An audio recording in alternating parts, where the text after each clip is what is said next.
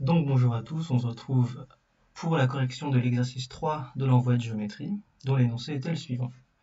Vous commencez par vous intéresser au triangle ABC, donc quelconque, donc je peux bouger un peu le point si ça m'amuse, et vous regardez son cercle circonscrit qui est défini comme le cercle passant par les trois points A, B et C.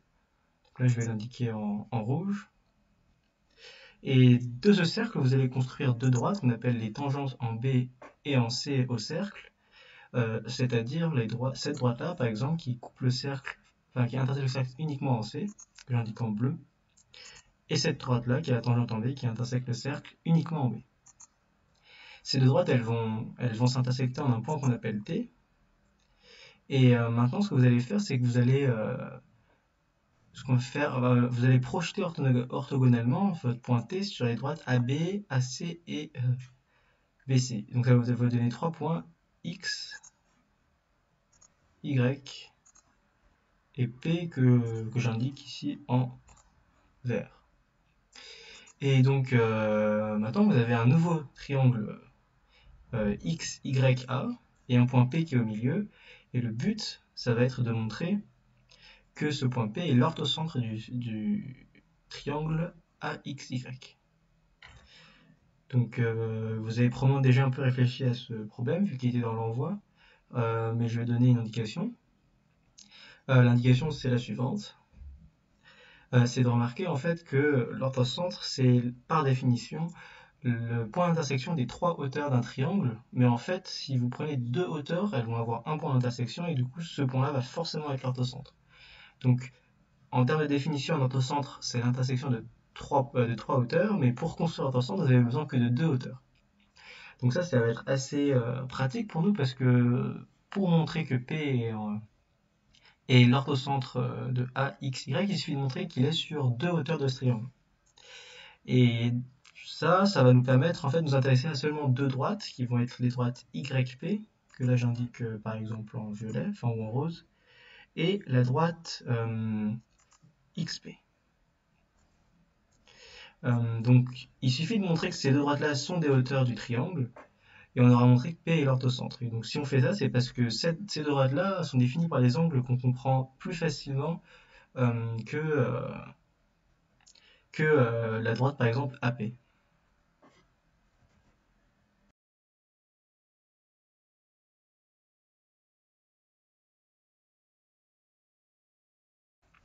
Donc je vais présenter ma solution. Donc la figure est la même que pour l'énoncé, c'est juste que j'ai remis des couleurs normales et que j'ai enlevé quelques traits de construction euh, pour que ce soit plus clair. J'ai aussi introduit deux points qui sont D et E, qui sont en fait les intersections de YP avec AX et de XP avec AY respectivement. Nous, on veut montrer que les droites YP et XP sont des hauteurs de notre triangle AXY, et donc ce qu'on va faire, c'est montrer que les angles XDY et AEX sont des angles droits. Donc je vais montrer ces angles-là. Donc XDY, donc c'est bien un angle droit d'après GeoGebra, et AEX sont des angles droits. Bon, donc GeoGebra nous dit que c'est des angles droits, mais pour l'instant, nous, on n'en sait rien. On va le montrer en fait. Donc comment est-ce qu'on va faire marcher ça? On va utiliser des informations dont on est sûr. La première information dont on est sûr, c'est que l'angle BPT est un angle droit. Parce que P est défini comme la projection orthogonale de T sur CB. De même, on sait que l'angle TXB est un angle droit parce que X est défini comme la projection orthogonale de T sur AB. Donc là, on se retrouve dans une situation où le quadrilatère, on a deux angles qui sont face à l'autre et qui valent tous deux 90 degrés.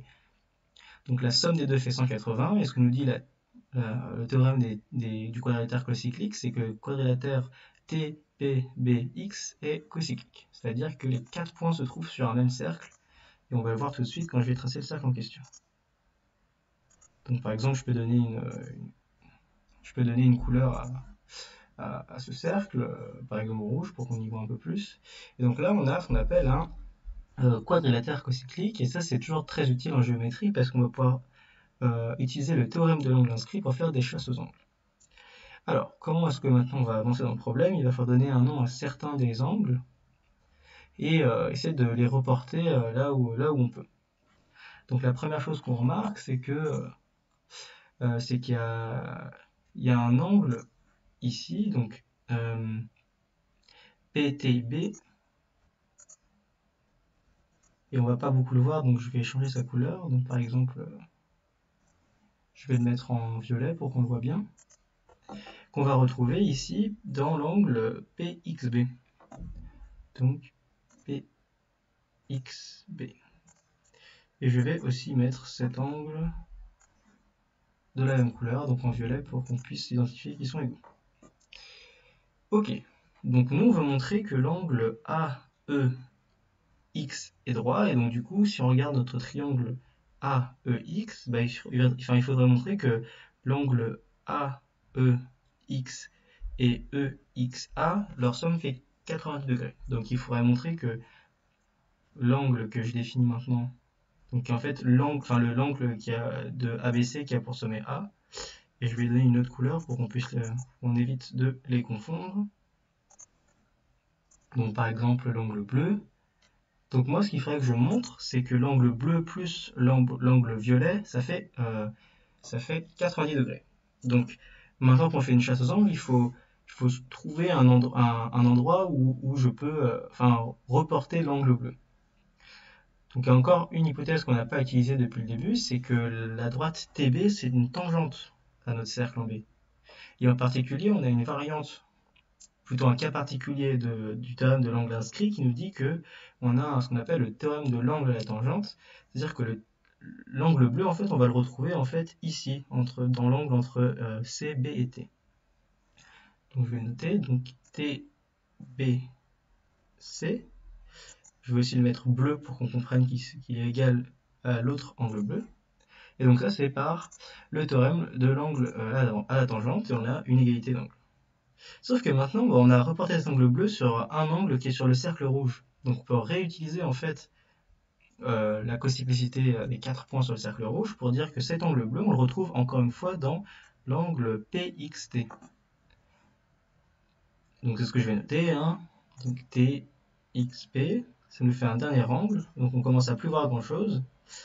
Je vais aussi le mettre en bleu.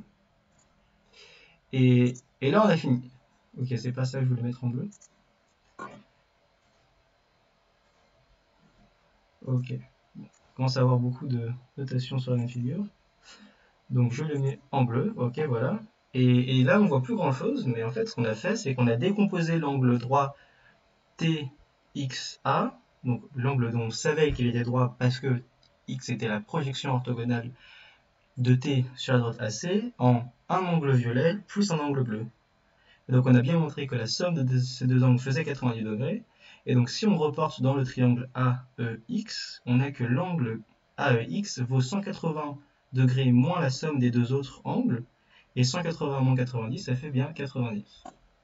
En d'autres termes, comme nous le disait GeoGebra, l'angle AEX est bien un angle droit. Bien sûr, je peux faire exactement la même preuve de l'autre côté, c'est juste que je vais remplacer le quadrilatère cocyclique TP BX par le quadrilatère cocyclique TXCP, et j'aurai par la même preuve, hein, juste transposé avec de l'autre côté de la figure, le fait que j'ai mon deuxième angle droit qui est XDP. Et ça nous montre que nos deux droites étaient bien des hauteurs, et donc en particulier que mon point P du début, que je remets, je ne sais pas, par exemple en vert pour qu'on voit, était bien l'orthocentre de notre triangle. Et ça achève la démonstration.